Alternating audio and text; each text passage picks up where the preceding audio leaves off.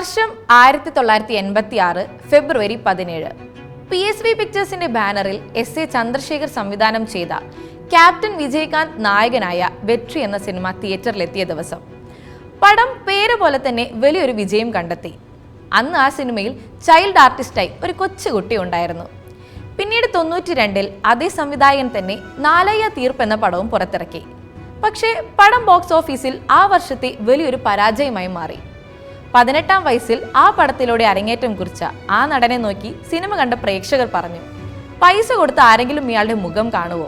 പക്ഷേ ആ വാക്കുകൾ ആ ചെറുപ്പക്കാരന് മുന്നോട്ട് പോകാനായുള്ള പ്രചോദനമായിരുന്നു. തുടർന്ന് അങ്ങോട്ട് പല പടങ്ങളും വന്നു. സെന്തൂരപ്പാണ്ടി, രസികൻ, ദേവ, രാജാവിൻ പർവയിലെ, വിഷ്ണു, കോയമ്പത്തൂർ മാപ്പിളെ, അങ്ങനെ കുറെ. പക്ഷേ കരിയറിൽ ഒരു നായകൻ എന്ന സ്ഥാനം ഉറപ്പിച്ച പടമായിരുന്നു വിക്രമൻ സംവിധാനം ചെയ്ത 96-ൽ പുറത്തിറക്കിയ പൂവേ ഉനക്കാക എന്ന സിനിമ. പടം ബോക്സ് ഓഫീസിൽ സൂപ്പർ ഹിറ്റ്. അന്ന് നിരൂപകരും പ്രേക്ഷകരും ഒരുപോലെ തള്ളിപ്പറഞ്ഞ നടനായിരുന്നു ജോസഫ് ചന്ദ്രശേഖർ വിജയ് എന്ന ദളപതി വിജയ്. പിന്നീട് വന്ന Selva, love today, once more, Nerukku Ner, കാതലിക്ക് മര്യാദ എന്ന ഈ സിനിമകൾ മികച്ച അഭിപ്രായങ്ങൾ നേടി. ഇതിൽ മലയാളത്തിൽ ഒട്ടനവധി ഹിറ്റുകൾ നൽകിയ ഫാസിലിന്റെ സിനിമയായ അനിയത്തിപ്രാവിന്റെ റീമേക്കായിരുന്നു കാതലിക്ക് മര്യാദ എന്ന സിനിമ. അന്ന് തമിഴ്നാട് സർക്കാരിന്റെ മികച്ച നടനുള്ള സ്റ്റേറ്റ് അവാർഡും അദ്ദേഹം കരസ്ഥമാക്കി. പിന്നീട് 99-ൽ ഇറങ്ങിയ തുള്ളാതെ മനവും തുള്ളും എന്ന സിനിമയിൽ വലിയൊരു ആരാധനാ കൂട്ടത്തിനെ തന്നെ നടൻ വിജയ്ക്ക് സൃഷ്ടിക്കാൻ സാധിച്ചു. 2000-ന്റെ തുടക്ക വർഷത്തിലെത്തിയ വിജയ് ചിത്രങ്ങൾക്ക് തിയേറ്ററിൽ വൻ വരവേൽപ്പായിരുന്നു. കണ്ണുക്കൾ നിലവ്, ഖുഷി, പ്രിയമാനവളെ, ഫ്രണ്ട്സ്, ബദ്രി, ഷാജഹാൻ, തമിഴൻ, യൂത്ത്, ഭഗവതി, വസീകരെ, അങ്ങനെ കുറെ.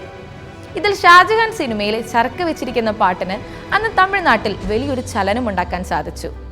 സ്ഥിരം വിജയ് സിനിമകളിൽ നിന്നും വളരെ വ്യത്യസ്തമായൊരു സിനിമയായിരുന്നു 2003-ൽ രമണ സംവിധാനം ചെയ്ത തിരുമലൈ എന്ന സിനിമ.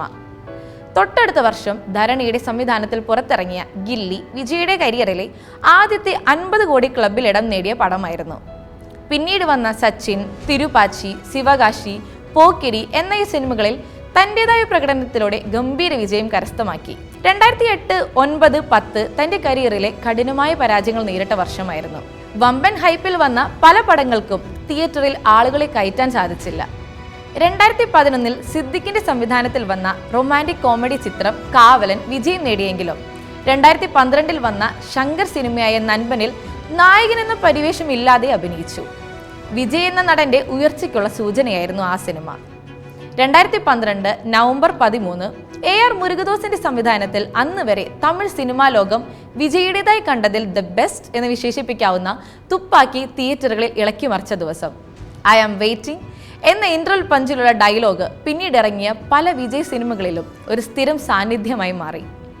ടൈം ടു ലീഡ് എന്ന ടാഗ് ലൈനുമായി 2013 ഓഗസ്റ്റ് 9-ന് എത്തിയ പടമായിരുന്നു തലൈവ. സിനിമയ്ക്ക് തമിഴ്നാട്ടിൽ അന്ന് BJP-ക്കാർ വിലക്ക് വരെ പ്രഖ്യാപിച്ചു. പിന്നീട് കേരളത്തിൽ ഇറക്കിയിട്ട് 4 ദിവസം കഴിഞ്ഞിട്ടായിരുന്നു തമിഴ്നാട്ടിൽ സിനിമ ഇറക്കിയത്. ഇതിനിടയിൽ വിജയുടെ അച്ഛൻ SA ചന്ദ്രശേഖർ വിജയുടെ പേര് ഒരു പാർട്ടി പ്രഖ്യാപിച്ചു. പക്ഷേ തനിക്കും പാർട്ടിയുമായി യാതൊരു ബന്ധവുമില്ലെന്ന് വിജയ് തുറന്നടിച്ചു പറഞ്ഞു. പിതാവിനെതിരെ കേസ് കൊടുത്തു. തുടർന്ന് വന്ന മിക്ക വിജയ് സിനിമകളിലും പച്ചയായ രാഷ്ട്രീയം തുറന്നടിച്ചു.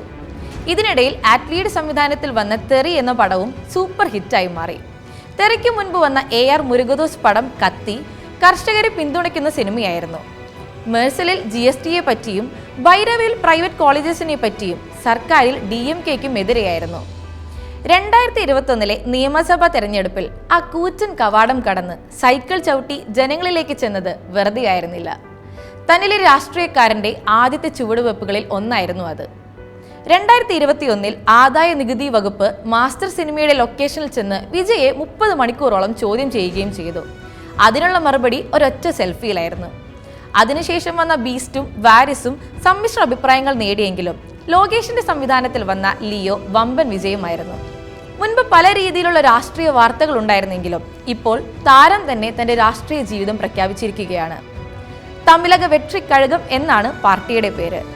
രജനിയും കമലും തലയും ക്യാപ്റ്റനുമൊക്കെ തോറ്റ ഈ മണ്ണിൽ ദളപതിയുടെ കാൽച്ചുവട് ഉറപ്പിക്കുമ്പോൾ തമിഴ് മക്കൾ തുണയ്ക്കുമോ എന്ന് കണ്ടറിയാം.